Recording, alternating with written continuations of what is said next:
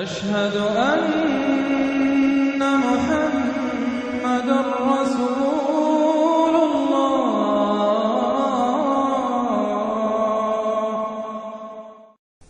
سورۃ لقمان۔ بسم اللہ الرحمن الرحیم۔ الف لام میم۔ تلک آیات الکتاب الحکیم۔ اس سورہ مبارکہ کی ابتدائی آیات جو ہیں وہ سورہ بقرہ کی ابتدائی آیات سے بہت مشابہ بھی ہیں، اور دوسرے یہ کہ اس میں ایک لطیف فرق ہے، وہ ابھی آپ کے سامنے آ جائے گا۔ تلک آیات الکتاب الحکیم ھدی ورحمۃ للمحسنین الذین یقیمون الصلاۃ ویؤتون الزکاۃ وہم بالآخرۃ ہم یوقنون اولئک علی ھدی من ربہم واولئک هم المفلحون۔ پانچویں آیت تو جو یہاں ہے وہی پانچویں آیت ٹھیک سورہ بقرہ کی ہے، اولئک علی ھدی من ربہم واولئک هم المفلحون۔ پہلی آیت الف لام میم یہاں ہے، پہلی آیت الف لام میم سورہ بقرہ کی بھی ہے۔ نوٹ کیجئے کہ وہاں آیا تھا ھدی للمتقین، یہ تقوی والوں کے لیے جن میں کوئی حق کی طلب ہے، جو چاہتے ہیں نیک راستے پر چلنا، جن میں طلب ہدایت ہے، ان کے لیے ہدایت ہے۔ یہاں ایک لفظ کا اضافہ کیا، اگلی منزل چونکہ بیان ہو رہی ہے، ھدی ورحمۃ للمحسنین، یہ جو بلند ترین منزل ہے، جو احسان کے مقام تک پہنچ جائیں، ان کے حق میں یہ صرف ہدایت ہے، ہدایت نہیں رحمت بھی ہے۔ تو یہاں تقابل اگر کریں گے، الف لام میم ذالک الکتاب لا ریب فیہ ھدی للمتقین، یہاں فرمایا تلک آیات الکتاب الحکیم، یہ ایک بڑی حکمت بڑی کتاب کی آیات ہے، اور یہ ہدایت ہے اور رحمت ہے محسنین کے حق میں۔ اور یہ محسنین جو ہے قرآن کی اصطلاح کے طور پر، جیسا کہ میں بیان کر چکا ہوں سورہ مائدہ میں، کہ یہ پہلا درجہ ہے اسلام، اس سے اوپر ایمان، اس سے اوپر احسان۔ اذا اتقوا وآمنوا وعملوا الصالحات ثم اتقوا وآمنوا ثم اتقوا واحسنوا واللہ یحب المحسنین، ان کے حق میں یہ قرآن رحمت ہے۔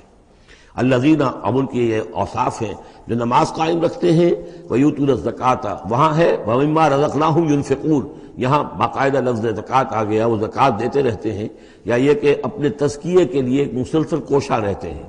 وہم بالآخرۃ ہم یوقنون، اور آخرت پر ان کا پورا یقین ہے۔ اصل شے جو ہے جو انسان کے عمل اور کردار پر اثر انداز ہوتی ہے وہ ایمان بالآخرہ ہے۔ اولئک علی ھدی من ربہم، یہ لوگ ہیں ہدایت پر اپنے رب کی جانب سے، واولئک ھم المفلحون، اور یہی ہیں فلاح پانے والے۔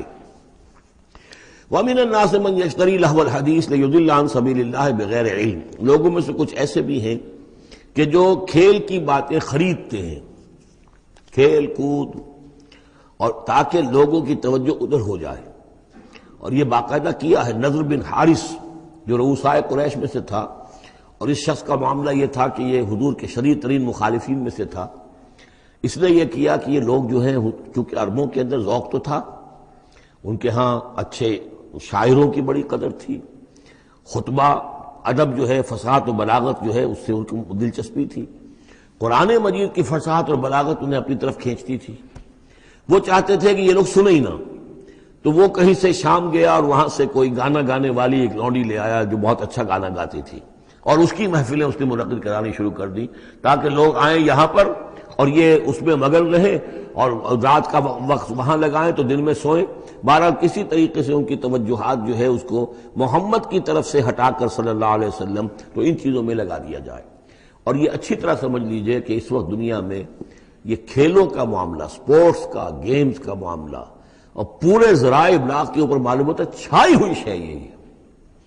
ٹی وی کے اوپر تو معلوم ہوتا ہے کہ دنیا کی اہم ترین شے جو ہے وہ یہ گیمز ہیں، ان کے ٹورنامنٹس ہیں، وہ وہاں ہو رہا ہے، یہاں ہو رہا ہے، وہاں ہو رہا ہے، یہاں ہو رہا ہے، یہ ٹینس کا ہے، یہ فلاں کا ہے، یہ تیراکی کا ہے، اور یہ گیم، اس لیے کہ اسی کو دیکھتے رہو۔ جو بھی وقت کوئی فارغ ہے، ظاہر بات ہے کہ کہیں ایسا نہ ہو کہ کہیں بیٹھے بیٹھے کہیں اچانک خیال ہی آ جائے کہ بھئی سوچے انسان میں ہوں کون، کہاں سے آیا ہوں، کہاں جا رہا ہوں، زندگی کا مال کیا ہے، مقصد کیا ہے، اپنی حالات کے بارے میں ہی سوچے، دنیا کدھر جا رہی ہے، قوم کدھر جا رہی ہے، ملک کدھر جا رہا ہے، نہیں، ان کو مست رکھو۔ وہ اقبال نے تو کہا تھا کہ ابلیس نے یہ کہا اپنے کارندوں سے کہ مست رکھو ذکر و فکر صبح گاہی میں اسے، اور پختہ تر کر دو مزاج خانقاہی میں اسے۔ اس سے اگلی بات ہے کہ جو آج دنیا کے ابلیسوں نے جو ایجاد کی ہے کہ یہ کھیل کود، اسی طریقے سے یہ ایکٹرز، یہ ڈرامے، اور پھر ان کے ایکٹرز اور ایکٹریسز کی زندگیاں، اور ان کے جو بھی سکینڈلز ہوں، جس طریقے سے کہ ان کو دنیا میں پھیلایا جا رہا ہے، تاکہ وہ نوجوان نسل بھی بس ان دلچسپی میں پڑی رہے۔ تو یہ ہے اصل میں وہ فلسفہ۔ وَمِنَ النَّاسِ مَن يَشْتَرِي لَهْوَ الْحَدِيثِ، کھیل کود کی چیزیں خریدتے ہیں وہ لوگ، لِيُضِلَّ عَن سَبِيلِ اللَّهِ، تاکہ اللہ کے راستے سے گمراہ کریں، بغیر علم کے۔ وَيَتَّخِذَهَا هُزُوًا، اور اللہ تعالیٰ کا جو معاملہ ہے اس کو یہ وہ ہنسی ٹھٹا بنا دیں۔ اولئک لہم عذاب مہین، یہ وہ لوگ ہیں کہ جن کے لیے اہانت آمیز عذاب ہے۔ وَإِذَا تُتْلَىٰ عَلَيْهِ آيَاتُنَا وَلَّىٰ مُسْتَكْبِرًا، اور جب اسے سنائی جاتی ہیں ہماری آیات تو وہ ولّا اپنی قبر پیچھ موڑ کر چل دیتا ہے، مستکبرن استکبار کرتے ہوئے، کأن لم یسمعها، جیسے کہ اس نے سنی ہی نہیں، کان فی اذنیہ وقرا، گویا کہ اس کے کانوں میں کوئی ثقل ہے، بوجھ ہے، اس نے سنا ہی نہیں کیا محمد نے سنایا ہے۔ فبشرہ بعذاب علیم، یہ سارا جو ہے یہ اس نضر بن حارث کے لیے یہ آیات نازل ہوئی ہیں۔ تو اے نبی اس شخص کو دردناک عذاب کا آپ کی بشارت دے دیجیے۔ ان الذین آمنوا وعملوا الصالحات لہم جنات النعیم، یقیناً وہ لوگ جو ایمان لائے اور جنہوں نے نیک عمل کیے ان کے لیے نعمتوں بھرے باغات ہیں، خالدین فیہا، جس میں وہ ہمیشہ ہمیش رہیں گے۔ وعد اللہ حقا، یہ اللہ کا وعدہ ہے جو سچا ہے، پختہ ہے، اٹل ہے، حتمی ہے، یقینی ہے۔ وہو العزیز الحکیم، اور وہ زبردست ہے، حکمت والا۔ خلق السماوات بغیر عمد ترونہا، اس نے آسمان بنا دیے بغیر ستونوں کے جو تمہیں نظر آتے ہوں۔ وَأَلْقَىٰ فِي الْأَرْضِ رَوَاسِيَ أَن تَمِيدَ بِكُمْ، اور اس نے زمین میں ایسے لنگر ڈال دیے ہیں کہ تمہیں لے کر ایک طرف کو لڑک نہ جائے، جھک نہ جائے۔ وَبَثَّ فِيهَا مِن كُلِّ دَابَّةٍ، اور اس میں ہر طرح کے جانور جو ہیں پھیلا دیے ہیں۔ وَأَنزَلْنَا مِنَ السَّمَاءِ مَاءً، اور اس نے اتارا ہے آسمان سے پانی۔ فَأَنبَتْنَا فِيهَا مِن كُلِّ زَوْجٍ كَرِيمٍ، اور اس میں ہر طرح کے جو ہیں جوڑے نباتات کے اس نے پیدا کر دیے ہیں، ہر طرح کے۔ آپ کو معلوم ہے کہ ان کی بھی فیملیز ہوتی ہیں، یہ سٹرس فیملی ہے اور یہ فلاں فیملی ہے، اس طریقے سے اللہ تعالیٰ نے ان کے بھی خاندان بنائے ہوئے۔ ھذا خلق اللہ فارونی ماذا خلق الذین من دونہ، یہ تو ہے اللہ کی تخلیق، تم بھی مانتے ہو کہ اللہ نے بنایا، پھر ذرا مجھے دکھاؤ کیا چیز بنائی ہے انہوں نے جو اس کے سوا معبود تم نے بنا لیے ہیں۔ بل الظالمون فی ضلال مبین، ظاہر ہے کہ ایسے ان کے عقیدے میں بھی یہ بات نہیں تھی۔ یہ دوسری بات ہے کہ وہ متوجہ نہیں ہوتے تھے، جو کچھ کر رہے ہیں اس کا کبھی تجزیہ نہیں کرتے تھے، لیکن یہ ہے کہ یہ ظالم جو ہے یہ کھلی گمراہی میں پڑے ہوئے ہیں۔ اب جو دوسرا رکوع آ رہا ہے سورہ مبارکہ کا، یہ ہمارے اس منتخب نصاب کا ایک اہم درس ہے، اور یہ منتخب نصاب کا پہلا حصہ ہے جو جامع اسباق، سورۃ العصر، پھر آیت البر، تیسرا سبق یہ ہے۔ اس لیے کہ اس میں بھی وہ انسان کی نجات کے لیے جو چیزیں لازم ہیں وہ سب کی سب ان کا ایک اسکیلیٹن سمجھیے، اس کا جو ہے ایک خاکہ جو ہے، بلو پرنٹ اس کے اندر بھی آ گیا ہے۔ اور یہ اصل میں ایک ایسے شخص کی مثال ہے جو نہ خود نبی تھے نہ کسی نبی کے پیروکار تھے، لیکن وہی جو بات میں نے بارہا آپ سے عرض کی ہے کہ سلیم الطبع انسان، سلیم الفطرت انسان اور سلیم العقل انسان، فطرت کج نہ ہوئی ہو، پرورٹڈ نہ ہو، اور انسان کی عقل جو ہے اس کے اوپر پردے نہ پڑ گئے ہوں، تو انسان کچھ حقائق تک خود پہنچ جائے گا چاہے کسی نبی کی دعوت اس تک نہ پہنچی ہو۔ وہ مقام کیا ہے کہ وہ پہچان لے گا کہ اس کائنات کا ایک خالق ہے، وہ اکیلا ہے، وہی اس کا مدبر ہے، وہی چلا رہا ہے، وہ تمام صفات کمال سے بتمام و کمال متصف ہے۔ پھر یہ کہ اس نے جو ہمیں پیدا کیا ہے تو زندگی صرف یہ زندگی نہیں ہے بلکہ کوئی اور زندگی بھی ہوگی، اس کے پاس لوٹنا بھی ہوگا، ہم اس کی طرف جائیں گے اور پھر ہمیں اپنے اعمال کا محاسبہ وہاں پر فیس کرنا ہوگا اور جزا و سزا ہوگی۔ یہاں تک انسان پہنچ سکتا ہے۔ یعنی ایمان ابھی نہ کہیے، ایمان تو تصدیق کو کہتے ہیں، ایمان کا لفظ تو ہوتا ہے جبکہ نبی کی دعوت کی تصدیق کی جائے تو لفظ ایمان ہے، لیکن یوں سمجھیے کہ معرفت یا حکمت، معرفت اور حکمت کے یہ دو سٹیشنز ایسے ہیں کہ جس تک انسان پہنچ جاتا ہے بغیر وحی کی رہنمائی کے، اگر اس کی فطرت سلیم ہے، اس کی عقل سلیم ہے۔ اس کے بعد وہ سوال کرتا ہے، یہی میں نے سورہ فاتحہ میں آپ کو بتایا تھا کہ سورہ فاتحہ دعا ہے، لیکن کس شخص کی دعا ہے؟ عام آدمی کی دعا نہیں ہے۔ وہ ہمیں تلقین تو کی گئی ہے، نماز میں ہم وہی پڑھتے ہیں، لیکن اس میں پیش نظر کیا ہے کہ ایک شخص جو اپنی سلامتی طبع، سلامتی فطرت، سلامتی عقل سے یہاں تک تو پہنچ گیا کہ الحمدللہ رب العالمین الرحمن الرحیم مالک یوم الدین ایاک نعبد، یہاں تک تو وہ پہنچ گیا ہے۔ اے رب پھر تیری ہی بندگی کرنی چاہیے، تیری ہی مرضی پر چلنا چاہیے، لیکن تیری مرضی کس شے میں ہے یہ ہمیں معلوم نہیں، تو کس چیز سے راضی ہوتا ہے، کس سے ناراض ہوتا ہے یہ ہمیں معلوم نہیں۔ تیری بندگی کیسے کریں یہ ہمیں معلوم نہیں. تو اس سے آگے پھر ہے وہ جو اہدنا الصراط المستقیم، ایاک نعبد و ایاک نستعین اہدنا الصراط المستقیم. تو ایسی ایک شخصیت تھی حضرت لقمان کی. جہاں تک روایات ہیں ان سے معلوم ہوتا ہے کہ یہ حبشی النسل تھے. نوبیا ایک جگہ ہے کہ جو سوڈان اور یوں سمجھیے کہ مصر کے تقریباً درمیان یا سرحد پر ہے، وہاں یہ رہتے تھے اور کارپینٹر تھے. لیکن یہ کہ اللہ تعالیٰ ذہانت جس کو بھی چاہے دے دے، لیکن ان کے اندر اللہ تعالیٰ نے وہ ذہانت بھی دی تھی اور وہ سلامتی فکر، سلامتی عقل، سلامتی فطرت، سلامتی قلب، اس کے نتیجے میں وہ اس چیز تک پہنچ گئے تھے، توحید تک. اور اس کے ساتھ ہی یہ ہے کہ اعمال انسان کے جو ہیں وہ ضائع جانے والے نہیں ہیں، ان کا کوئی نہ کوئی بدلہ مل کر رہے گا. باقی یہ کہ جو چیزیں وہی سے معلوم ہوتی ہیں، جنت دوزخ، وہ تو ان کے تذکرہ نہیں ملے گا اس کے اندر.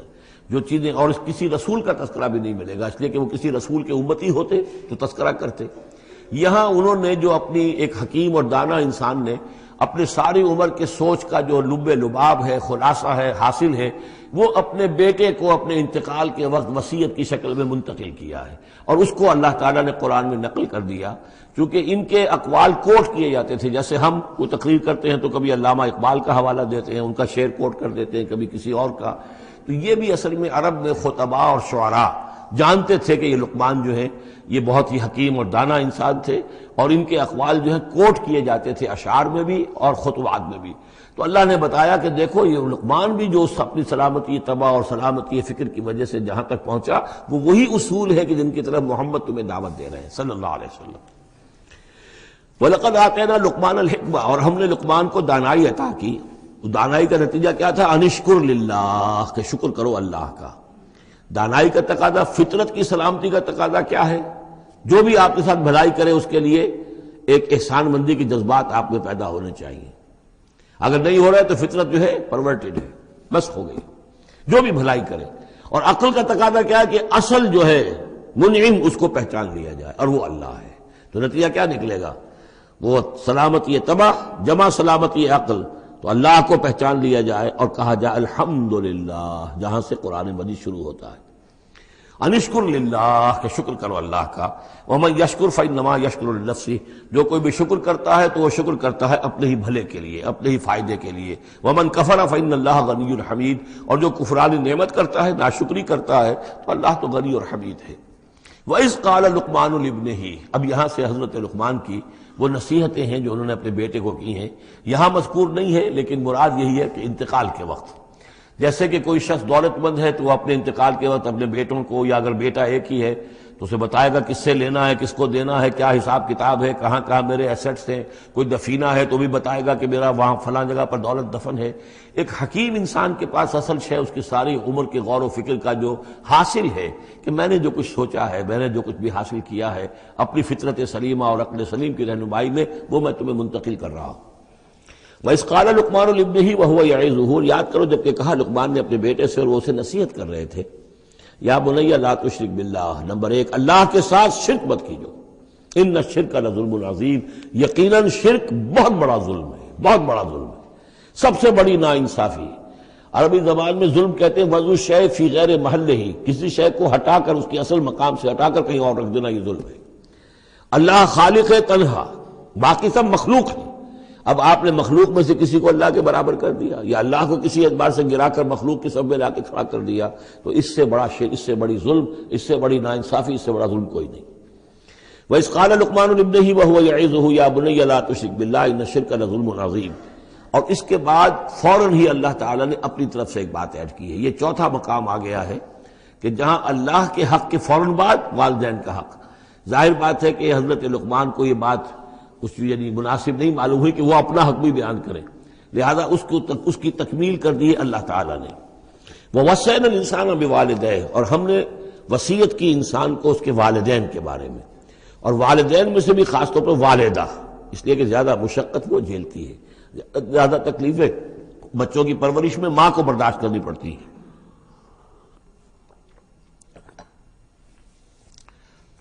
وَوَصَّيْنَا الْإِنسَانَ بِوَالِدَيْهِ حملتہ امہ وہنا علی وہن، اسے اٹھائے رکھا، وہ جو حمل ہے اس کے اپنے جسم کے اندر اٹھائے رکھا اس نے اس کو، وہنا علی وہن، کمزوری پر کمزوری جھیل کر. وفصالہ فی عامین، پھر اس کا دودھ چھڑانا ہوا 2 سال میں سے، پھر یہ کہ پہلے 9 مہینے تو جونک کی طرح اس کے جسم کے اندر خون چوستا رہا، اور اس کے بعد پھر جو ہے دودھ اس کا جو ہے پیا ہے تو وہ بھی اس کی توانائیاں اور اس کی قوت ہی ہے کہ جو دودھ کی شکل میں اس کے لیے غذا بنی ہے۔ انشکر لی ولوالدیک، کہ شکر کرو میرا اور اپنے والدین کا، الی المصیر، اور میری طرف تم کو لوٹ کر آنا ہے۔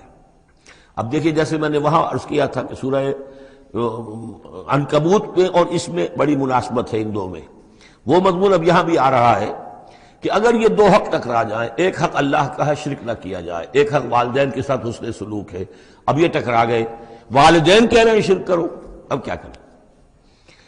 وَإِن جَاهَدَاكَ عَلَىٰ أَن تُشْرِكَ بِي مَا لَيْسَ لَكَ بِهِ عِلْمٌ، اگر وہ تم سے جہاد کریں، تم پر دباؤ ڈالیں، تم سے لڑیں، تم سے جھگڑیں اور تمہیں مجبور کریں کہ تم شریک کرو اور شرک کرو میرے ساتھ ایسی چیز کا کہ جس کا تمہارے پاس کوئی علم نہیں ہے، فَلَا تُطِعْهُمَا، تم کا کہنا مت مانو۔ وہاں پر بھی یہ مضمون آ چکا، یہاں دوبارہ آ گیا کہ ان کے حقوق ایک حد تک ہیں، اس سے آگے بڑھ کر وہ اللہ کے حقوق پر ڈاکہ ڈالنے لگے، بازی بازی بارش بابا ہم بازی، ان کے حقوق اللہ کے حقوق کے برابر نہیں ہو سکتے، ان کے حقوق اللہ کے حقوق سے فائق نہیں ہو سکتے، اس کے نیچے نیچے ہیں، تو شرک نہیں۔ البتہ یہاں یہ ذہن میں رکھیے کہ شرک صرف بت پرستی کو نہیں کہتے، لا تشرک، شرک کی کوئی قسم بھی ہو۔ اب اللہ کے کسی ایک حکم کو اگر والدین کہتے ہیں توڑو، اس کا کیا مطلب ہے؟ یہ شرک کا حکم دے رہے ہیں، اس لیے کہ آپ نے والدین کے کہنے پر اللہ کے حکم کی خلاف ورزی کی، اس کا مطلب ہے کہ آپ نے مطاع اور معبود والدین کو بنا لیا۔ نفس کے کہنے پر آپ حرام کے اندر منہ مار رہے ہیں تو آپ کا جو حرام جو دولت ہے وہ آپ کا معبود ہے اور آپ کا نفس آپ کا معبود ہے۔ ارأیت من اتخذ الہہ ہواہ، کیا تم نے دیکھا اس شخص کو جس نے اپنی خواہش و نفس کو اپنا معبود بنا لیا؟ تو شرک کا مفہوم جو ہے اس کا پورا وسیع مفہوم، اور جیسا کہ اس سے پہلے بھی تذکرہ ہو چکا ہے، اس پر الحمدللہ کہ میں نے تقریباً 20 سال پرانی بات ہے یہ کہ میں نے اقسام حقیقت و اقسام شرک پر 6 گھنٹے کے کیسٹس جو ہیں میرے وہ ریکارڈڈ ہیں اور موجود ہیں۔ تو اس حوالے سے اس کو یہ نہیں سمجھنا چاہیے کہ شرک سے مراد صرف بت پرستی ہے۔ وَإِن جَاهَدَاكَ عَلَىٰ أَن تُشْرِكَ بِي مَا لَيْسَ لَكَ بِهِ عِلْمٌ فَلَا تُطِعْهُمَا، لیکن دیکھیے یہ ہے اللہ تعالیٰ کی تعلیم، اس کے اندر کیا توازن ہے۔ اس کا یہ مطلب نہیں ہے کہ والدین کے سارے حقوق ہی ساقط ہو گئے۔ اگر والدین مشرک ہیں، تمہیں شرک کرنے کا حکم دے رہے ہیں تو ان کا یہ حکم تو نہیں مانو گے، لیکن ان کے ساتھ حسن سلوک پھر بھی کرنا ہے۔ والد تو ہے نا، وہ والدہ تو ہے نا، وَصَاحِبْهُمَا فِي الدُّنْيَا مَعْرُوفًا، دنیا میں ان کے ساتھ رہو بہتر انداز میں، صحیح انداز میں، خدمت ان کی کرو، اگر انہیں ضرورت ہے تو اپنا مال ان پر خرچ کرو۔ اس کے اندر یہ نہیں ہوگا کہ سارے حقوق ساقط ہو گئے، اب انہیں گالیاں دینی شروع کر دو یا ان کو جو ہے ستانا شروع کر دو، نہیں۔ لیکن اگر وہ اللہ کے حکم کے خلاف کوئی حکم دیتے تو مت مانو۔ وَاتَّبِعْ سَبِيلَ مَنْ أَنَابَ إِلَيَّ، اور پیروی کرو اس شخص کے راستے کی کہ جو میری طرف اپنا رخ کر چکا ہے۔ یعنی والدین کا اتباع نہیں ہے، والدین کی اطاعت نہیں ہے، والدین کے ساتھ حسن سلوک ہے۔ اطاعت ہوگی اگر اللہ کی اطاعت کے مطابق، اس کے دائرے کے اندر تو اطاعت بھی ہوگی، لیکن بالفعل اور آزادانہ کوئی اطاعت نہیں والدین کی۔ کہیں بھی قرآن مجید میں نہیں آیا اپنے والدین کی اطاعت کرو۔ کیا حکم دیا گیا؟ حسن سلوک، نیک سلوک، ان کی ضرورت، ان کی خبر گیری ہے، ان کی خدمت ہے، ان کی ضروریات کا لحاظ رکھنا، اس کا حکم ہے۔ باقی پیروی کرو اس شخص کی جس نے اپنا رخ میری طرف کر لیا ہے، وہ کوئی بھی ہے۔ پہلے انبیاء ہوتے تھے، انبیاء کی پیروی کرو، اب انبیاء نہیں ہیں، انبیاء کے خادم ہیں۔ انبیاء کی امتوں میں جو شخص بھی اٹھا ہے دین کی دعوت لے کر، جس نے اپنا رخ کر لیا ہے، جس نے کہا میں چل رہا ہوں اللہ کے راستے میں، کون میرا ساتھی بنتا ہے، تو پیروی کرو اس کی۔ وَاتَّبِعْ سَبِيلَ مَنْ أَنَابَ إِلَيَّ، پیروی کرو اس شخص کے راستے کی جس نے اپنا رخ میری طرف کر لیا ہے۔ ثُمَّ إِلَيَّ مَرْجِعُكُمْ، پھر میری ہی طرف تم سب کا لوٹنا ہے۔ والدین بھی یہیں آ جائیں گے میرے پاس، تم بھی آ جاؤ گے۔ فَأُنَبِّئُكُم بِمَا كُنتُمْ تَعْمَلُونَ، پھر میں تمہیں جتلا دوں گا جو کچھ کہ تم کرتے رہے تھے۔ اب یہاں بیچ میں جو آگے اللہ کی طرف سے آ گیا، یعنی حضرت لقمان کی نصیحت صرف ابھی ایک آئی تھی، یا بنی لا تشرک باللہ ان الشرک لظلم عظیم، اے میرے بچے شرک مت کرنا اللہ کے ساتھ، اس لیے کہ شرک جو ہے بہت بڑا ظلم ہے، بہت بڑی ناانصافی ہے۔ دوسری وصیت ان کی کیا ہے؟ یا بنی انہا ان تک مثقال حبۃ من خردل فتکن فی صخرۃ او فی السماوات او فی الارض یأت بها اللہ ان اللہ لطیف خبیر، اے میرے بچے عمل، خواہ وہ نیکی کا ہو خواہ بدی کا ہو، انہا، ہا کی ضمیر ہے عمل کی طرف، عمل خواہ ایک رائی کے دانے کے ہم وزن ہو۔ اب یہ سب سے چھوٹی چیز رائی کا دانہ، فتیلہ، نقیرہ، یہ تین چیزیں آتی ہیں قرآن مجید میں عام طور پر چھوٹی شے کے لیے، لا یظلمون فتیلہ، لا یظلمون نقیرہ، اور یہ کہ رائی کا دانہ بہت چھوٹا۔ تو چاہے وہ نیکی یا بدی ہو، رائی کے دانے کے ہم وزن، اور پھر فتکن فی صخرۃ، وہ کسی پہاڑ کی، کسی چٹان کے پیٹ میں جا کر، کسی کھو کے اندر جا کر وہ عمل کیا گیا ہو، اور فی السماوات، یا آسمانوں میں کیا گیا ہو۔ اب تو آسمانوں میں ہے نا، آپ خلا میں جا کر وہ عمل کر رہے ہیں، تو پھر اب تو انسان جو ہے وہاں تک پہنچ گیا ہے۔ اور فی الارض، یا زمین کے پیٹ میں گھس کر کیا گیا ہو، یأتی بہ اللہ، اللہ اسے لے آئے گا۔ یعنی انسانی اعمال، انسان اشرف المخلوقات ہے، اور انسانی اعمال ایسی گھٹیا چیز نہیں ہے کہ ایسے ضائع کر دے اللہ، چاہے وہ نیکی ہے چاہے بدی۔ فمن یعمل مثقال ذرۃ خیرا یرہ ومن یعمل مثقال ذرۃ شرا یرہ، لیکن عمل ضائع نہیں ہوگا، چاہے وہ رائی کے دانے کے برابر ہو، پھر چاہے وہ کسی چٹان میں گھس کر کیا گیا ہو، کسی پہاڑ کی کھو میں کیا گیا ہو، چاہے وہ خلا اور فضا کی پہنائیوں میں کیا گیا ہو، چاہے وہ زمین کے اندر سرنگ کھود کر کیا گیا ہو، یأتی بہ اللہ ان اللہ لطیف خبیر، یقیناً اللہ تعالیٰ باریک بین ہے، باخبر ہے۔ اب دو چیزیں آ گئیں، اللہ کے ساتھ شرک نہیں، اور اعمال کے بارے میں دیکھ لو، نیکی اور بدی کے نتائج نکل کر رہیں گے۔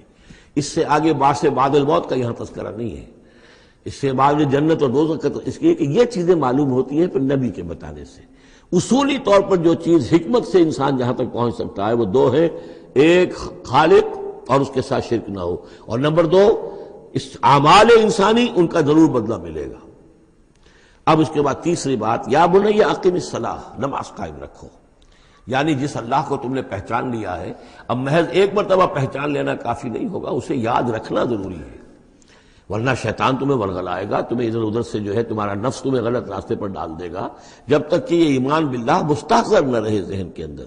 اور ایمان باللہ کو مستحضر رکھنے کے لیے ذکر ہے جو ہم پڑھ چکے ہیں، اتل ما اوحی الیک من الکتاب واقم الصلاۃ ان الصلاۃ تنہی عن الفحشاء والمنکر۔ لہذا اب نماز کون سی تھی وہ ہم نہیں جانتے، لیکن کوئی ذریعہ ایسا ہونا چاہیے کہ تم اللہ کو یاد کیا کرو۔ یا بنی اقم الصلاۃ، اور نمبر 4 وَأَمُرْ بِالْمَعْرُوفِ وَانْهَ عَنِ الْمُنْكَرِ، اور نیکی کا حکم دو اور بدی سے روکو۔ یہ بھی تمہاری ذمہ داریوں میں سے ہے، یہ بھی انسان کی، یوں سمجھیے کہ اس کی انسانیت، اس کی شرافت، اس کی مروت کا تقاضا ہے کہ وہ اپنے جو ابنائے نو ہیں، جو بھی انسان ہیں، ان کی بھلائی کے لیے کوشاں ہوں، اور سب سے بڑی بھلائی ان کی اور سب سے بڑی خدمت یہی ہے کہ انہیں برائیوں سے روکا جائے اور بھلائیوں کی دعوت دی جائے۔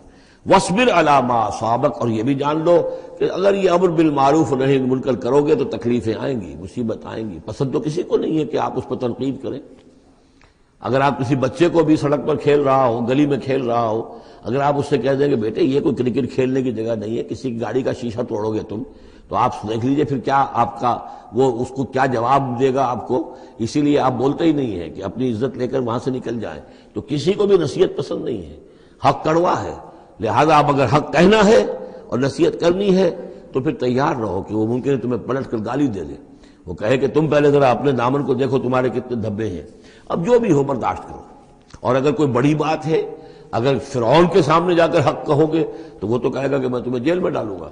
تو اس طریقے سے یہ وَاصْبِرْ عَلَىٰ مَا أَصَابَكَ، پھر جو شے بھی تم پر آئے اس پر صبر کرو، إِنَّ ذَلِكَ مِنْ عَزْمِ الْأُمُورِ، یقیناً یہ چیزیں ہیں جو بڑی ہمت کے کاموں میں سے۔ گویا کہ وہ چاروں چیزیں اس میں آ گئی، وَالْعَصْرِ إِنَّ الْإِنسَانَ لَفِي خُسْرٍ إِلَّا الَّذِينَ آمَنُوا وَعَمِلُوا الصَّالِحَاتِ وَتَوَاصَوْا بِالْحَقِّ وَتَوَاصَوْا بِالصَّبْرِ۔ یہاں اصطلاحات ذرا علیحدہ ہو گئی، تواصی کے بجائے امر بالمعروف نہی عن المنکر آ گیا، صبر جو کا تو ہے، باقی ایمان اور وہ تمام چیزیں، اعمال صالحہ میں سے نماز آ گئی، والدین کے ساتھ حسن سلوک آ گیا۔ آخری دو آیتیں ہیں وَلَا تُصَعِّرْ خَدَّكَ لِلنَّاسِ، اور دیکھو اپنے گالوں کو پھلا کر مت رکھو لوگوں کے سامنے، یعنی تکبر اور غرور، اس انداز میں رہنا۔ وَلَا تَمْشِ فِي الْأَرْضِ مَرَحًا، اور تم زمین میں اکڑ کر نہ چلو۔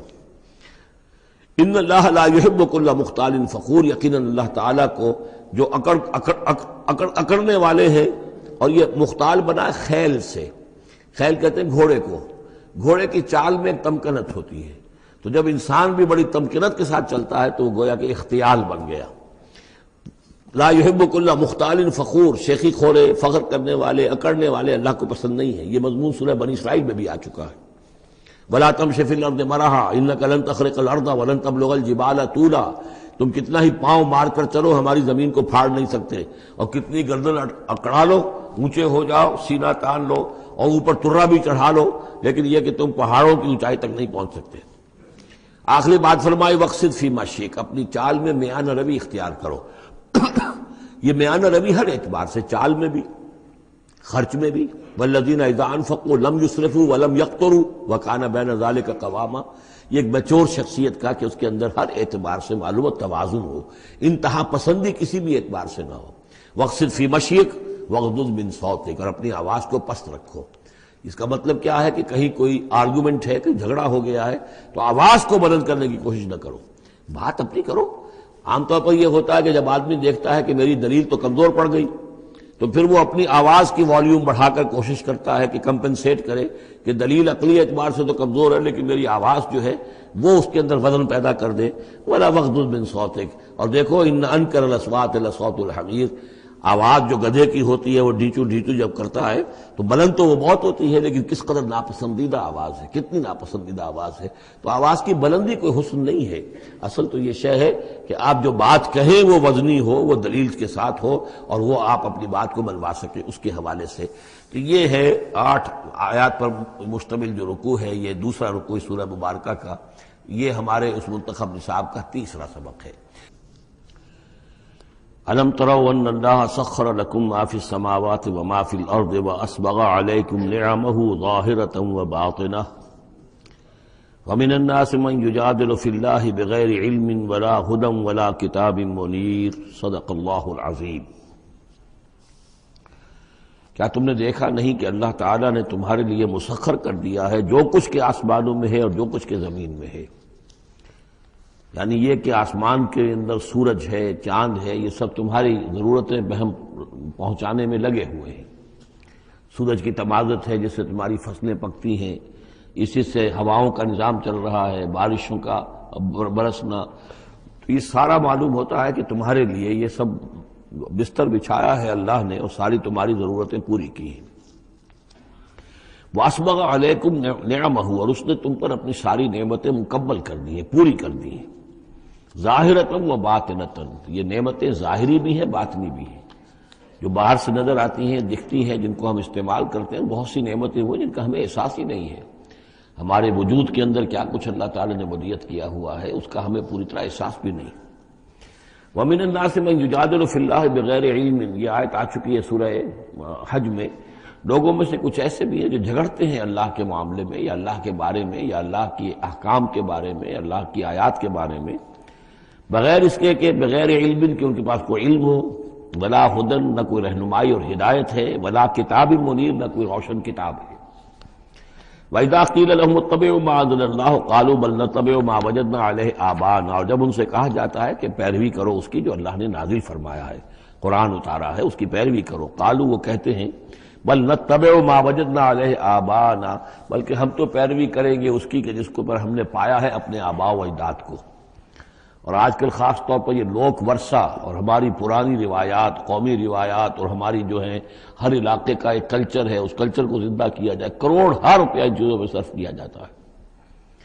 اولو کان الشیطان یدعوہم الی عذاب السعیر، خواہ شیطان ان کو پکار رہا اور بلا رہا ہو، یہ جو باتیں بنا رہے ہیں در حقیقت یہ شیطان کی دعوت اور اس کی تبلیغ ہے در حقیقت جس کو انہوں نے قبول کیا ہے۔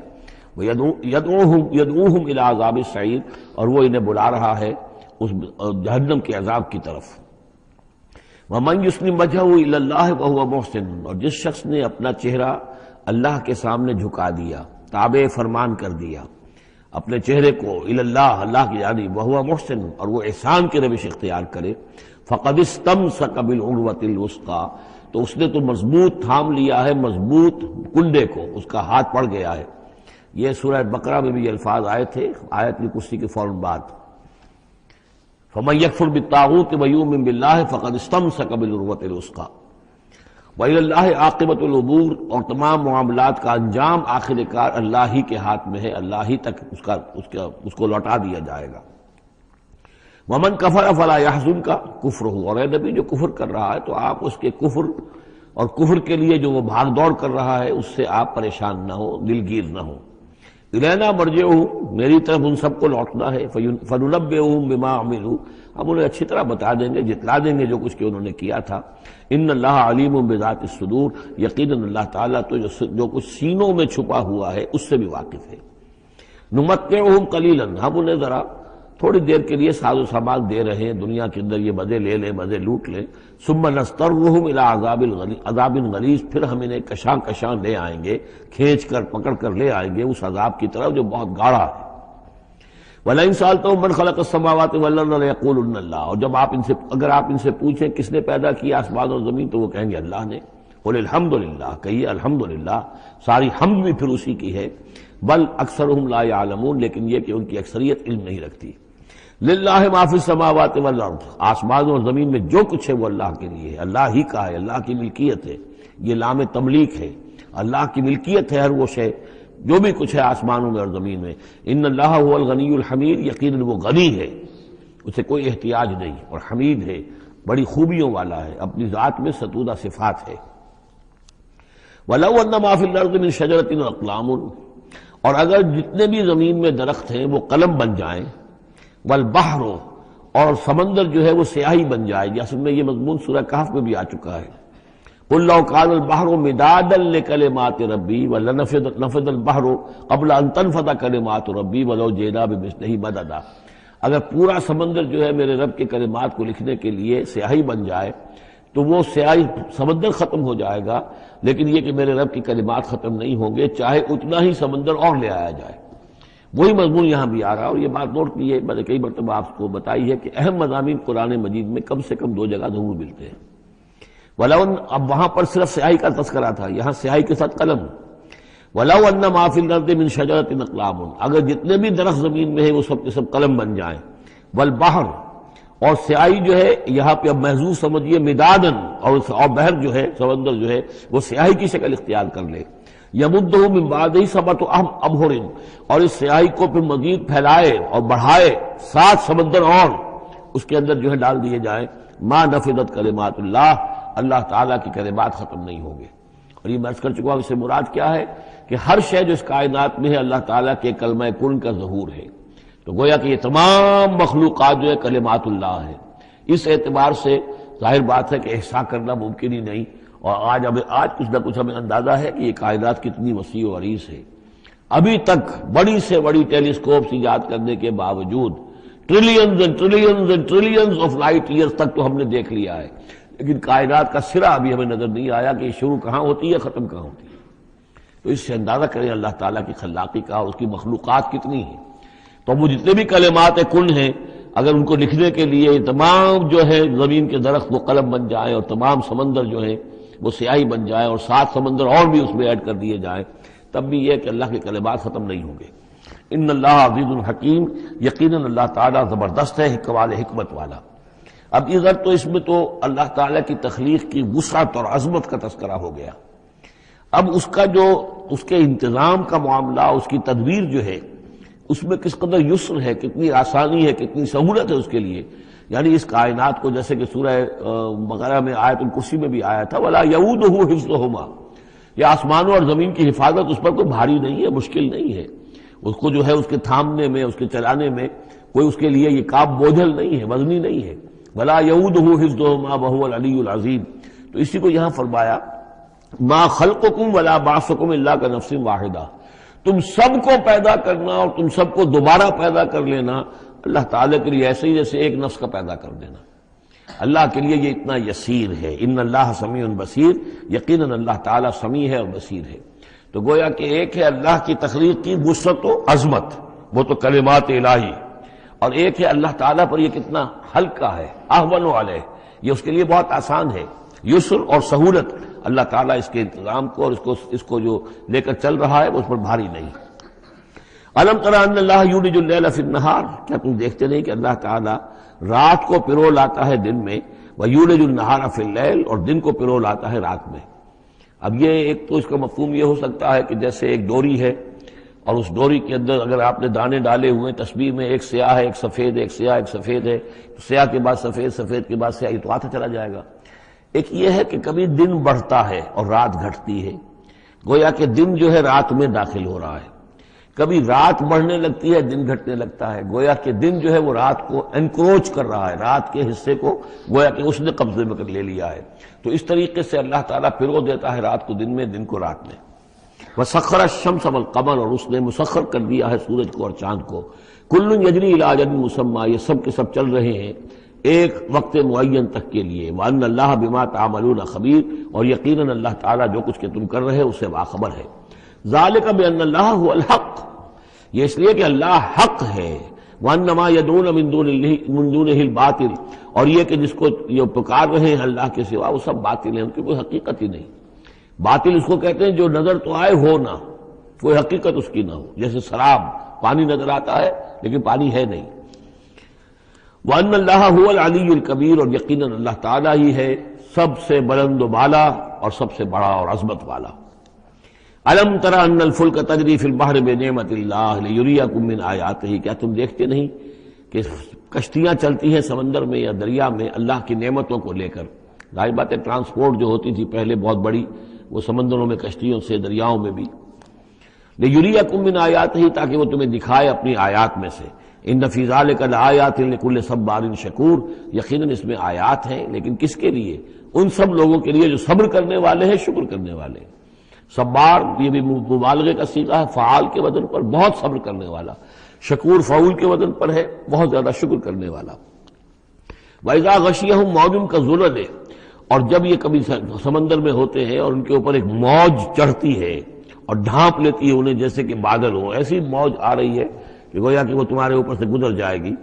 دعوا اللہ مخلصین لہ الدین، تو وہ پکارنے لگتے ہیں اللہ کو اسی کے لیے اپنی اطاعت کو خالص کرتے ہوئے۔ فلما نجاہم من البر، اور جب اللہ انہیں نجات دے کر لے آتا ہے خشکی پر، فمنہم مقتصد، تو ان میں سے کچھ وہ لوگ ہیں کہ جو بیچ کی چال پر چلتے ہیں، یعنی یہ کہ اکثر و بیشتر جو ہیں وہ پھر شرک کی راہ اختیار کر لیتے ہیں۔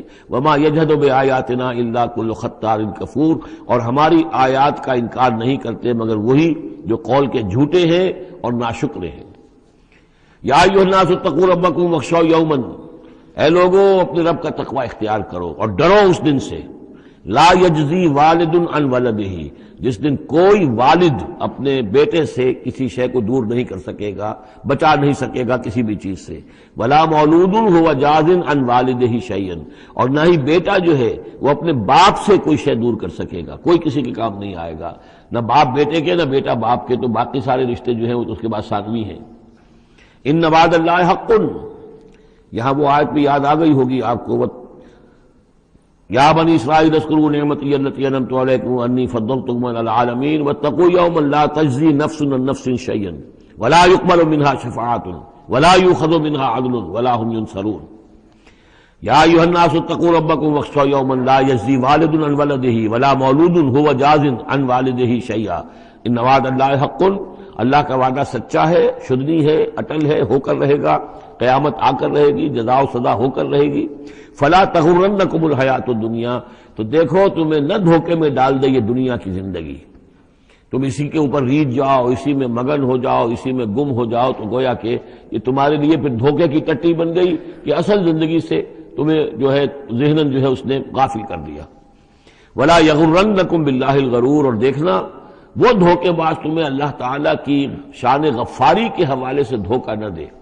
یہ شیطان آ کر یہ بھی کہتا ہے کہ اللہ تو بڑا غفار ہے، تم نے کیا کیا، کچھ چھوٹے سے گناہ تھوڑے سے کیے، اللہ کی مغفرت تو بہت وسیع ہے، خامخواہ کاہے کو گھبراتے ہو، کاہے کو توبہ کرتے ہو۔ تو یہ جو ہے اللہ کی رحیمی، اللہ کی شان غفاری کا حوالے سے دھوکے میں دینا انسان کو۔ ولا یغرنکم باللہ الغرور ان اللہ عندہ علم الساعہ، اللہ ہی ہے کہ جس کے پاس ہے قیامت کا علم کہ قیامت کب آئے گی۔ ساعہ اور قیامہ، اس کے فرق کو ذہن میں رکھیے۔ گھڑی وہ معین گھڑی جبکہ زلزلہ ہوگا اور یہ اجرام سماویہ جو ہیں وہ ایک دوسرے سے ٹکرائیں گے اور پہاڑ جو ہے روئی کے گالوں، یہ ساعہ ہے جس میں کہ ہلاکت ہوگی دنیا کی آخری۔ اور پھر باس بادل موت کے بعد جو دن آنا ہے وہ قیامہ ہے۔ قیام کہتے ہیں کھڑے ہونے کو، اس دن کھڑے ہوں گے لوگ اور حاضر ہوں گے اپنے رب کے حضور میں۔ تو عام طور پر ہم قیامت کا لفظ جب بولتے ہیں تو ساعت کی جگہ پر بولتے ہیں۔ قرآن کی جو پرٹیکولر اپنی ٹرمینالوجی ہے اس میں یہ ساعہ ہے، وہ گھڑی کہ جس میں ہلچل ہوگی اور یہ جو بھی کچھ ہونا ہے جس کا کہ نقشہ کھینچا گیا، القاریہ والقاریہ وما ادراک ما القاریہ، یہ ہے الساعہ۔ لیکن پھر جب بعث بعد الموت کے بعد جب کھڑے ہونا ہے قبروں سے نکل کر اللہ کے حضور میں، تو یہ ہوگا قیامہ، کھڑے ہونے کا دن۔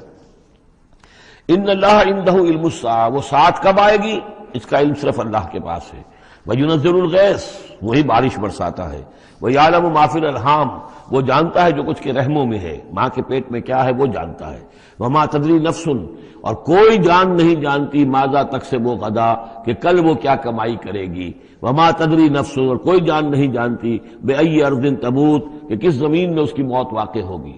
ایک شخص ہے اپنے ملک سے صرف چند دن کے لیے کہیں باہر گیا، وہیں انتقال ہو گیا، اسے کبھی گمان بھی نہیں ہو سکتا تھا، سال ہر سال سے کہیں مقیم ہے، وہاں موت نہیں آئی، اور کہیں گیا ہے اور وہاں موت آ گئی، تو کوئی نہیں جانتا کس زمین میں اس کی موت واقع ہوگی۔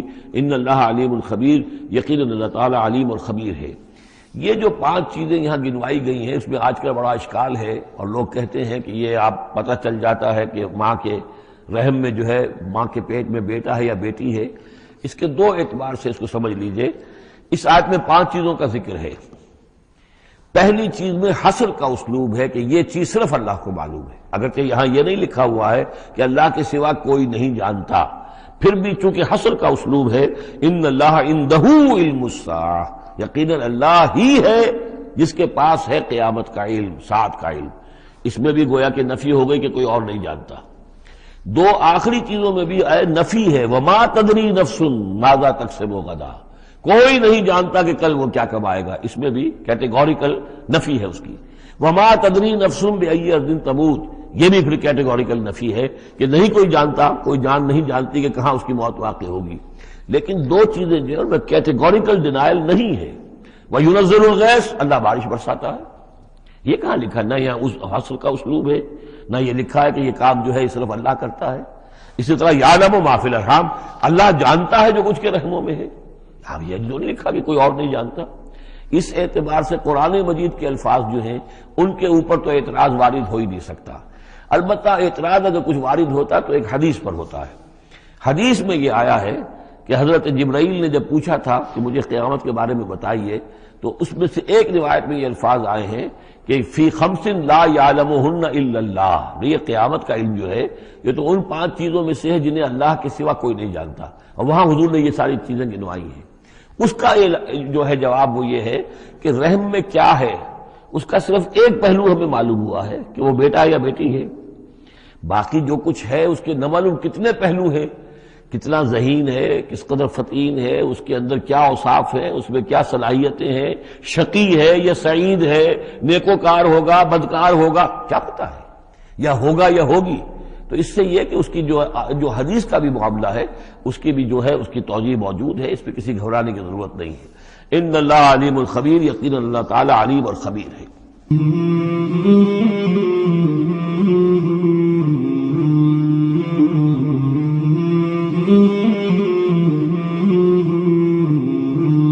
مولاي صل وسلم دائما أبدا على حبيبك خير الخلق كلهم، مولاي صل وسلم